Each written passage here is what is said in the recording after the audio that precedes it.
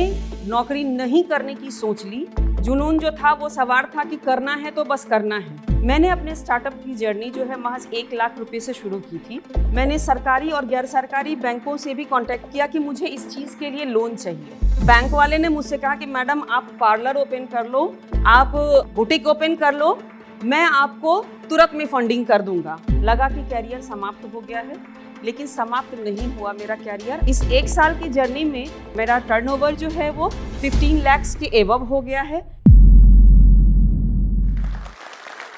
हमार नाम साधना झा है। हम अपन स्टार्टअप शुरू केलो हैं और ये स्टार्टअप हमारे रोबोटिक्स और आर्टिफिशियल इंटेलिजेंस पर। तो इस स्टार्टअप की कहानी आज मैं जो स्टॉक दरभंगा पे बताऊंगी। मेरे स्टार्टअप का नाम अंकुरम रोबो प्राइवेट लिमिटेड है।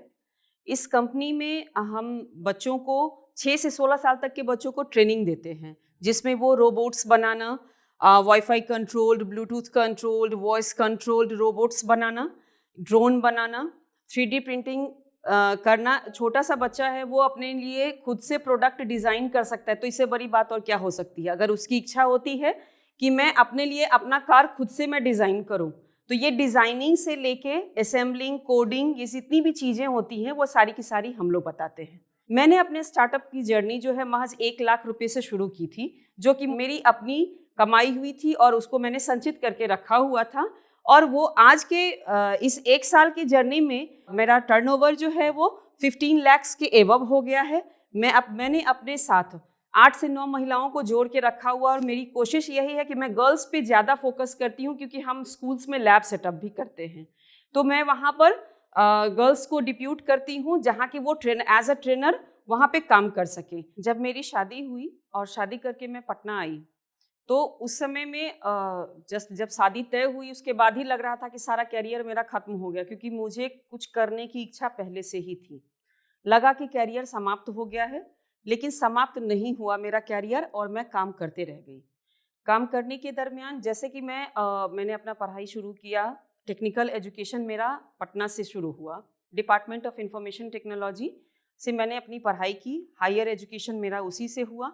लेकिन थोड़ा मुश्किल था, क्योंकि जब तक हम अपने मायके में रहते हैं तो हमें जो सहूलियत, जो इत्मीनान, कोई काम का प्रेशर नहीं ये मिलता है, ये सहूलियत हमारे लिए ख़त्म हो चुका था। क्योंकि घर के भी काम करने हैं, मुझे क्लास करने के लिए भी जाना है और वहाँ आके अपने पढ़ाई को कंटिन्यू करना है। इसी बीच मेरी एक बच्ची भी हो गई और फिर भी मैंने पढ़ाई अपनी कंप्लीट की।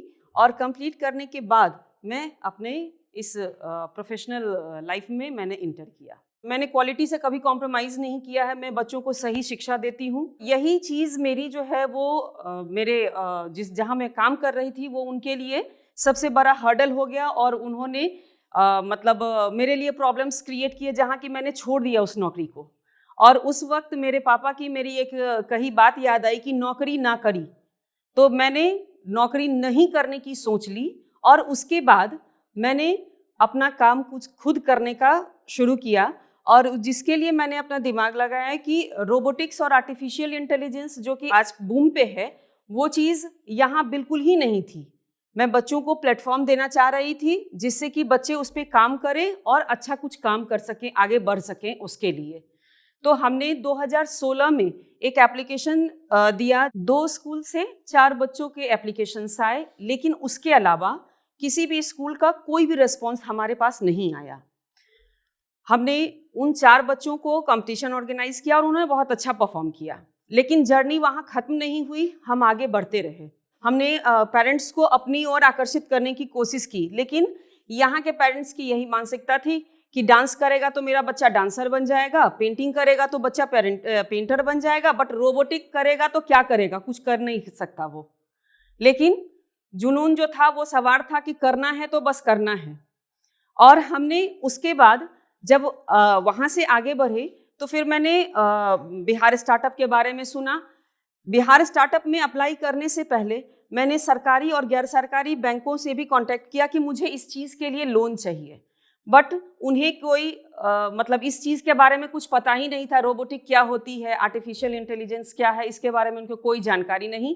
और लिटरली बैंक वाले ने मुझसे कहा कि मैडम आप पार्लर ओपन कर लो, आप बुटीक ओपन कर लो, मैं आपको तुरंत में फंडिंग कर दूंगा।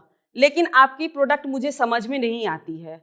इतना ही नहीं, गैर सरकारी बैंक ने बोला कि मैडम आप महिला हैं तो महिला को हम लोग लोन देंगे तभी, जबकि पुरुष उसके गारंटर बनेंगे, क्योंकि आपने अभी तक कहीं लोन नहीं लिया है कहीं से।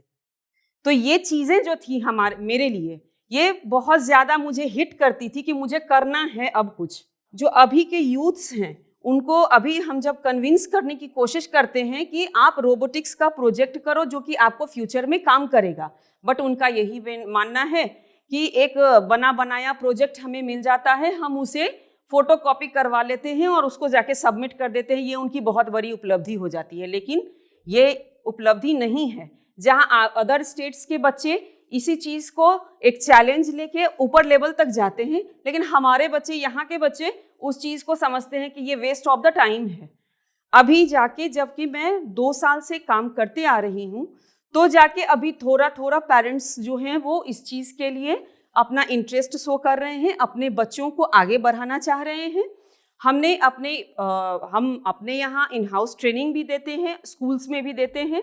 अभी तक में मैंने 125 बच्चों को ट्रेनिंग दिया है। इसके अलावा मेरे साथ जुड़ी हुई हैं करीब 15 से 20 महिलाएं। जो पेरेंट्स आ रहे हैं उनको हमारे प्रोडक्ट समझ में नहीं आ रहे हैं, उनको लग ही नहीं रहा कि ये चीज़ क्या है, ये मेरा बच्चा क्या कर सकता है इस चीज़ को, या वो समझने को तैयार नहीं थे।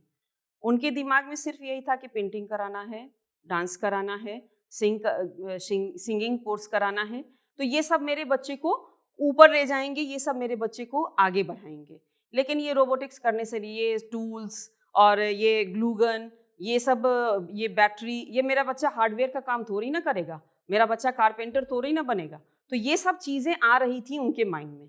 तो ये सब चीज़ों को हमने जस्ट उनको समझाते समझाते मुझे 2 साल लगा इस जर्नी में कि हम किस तरह से उनको मोटिवेट करें।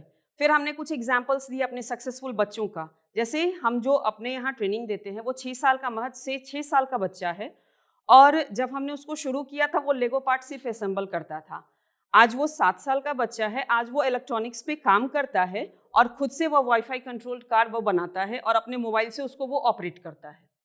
वो एक छोटा सा बच्चा, वो ड्रोन भी चला रहा है, ड्रोन भी उड़ा रहा है। तो ये हमने 1 साल में ये अंतर लाया उस छोटे से बच्चे से। तो अब हम कहीं भी जाते हैं तो वो एग्जाम्पल जब हम लोग अपने पेरेंट्स को, इनके पेरेंट्स को देते हैं तो उनके लिए ये एक मोटिवेशन होता है।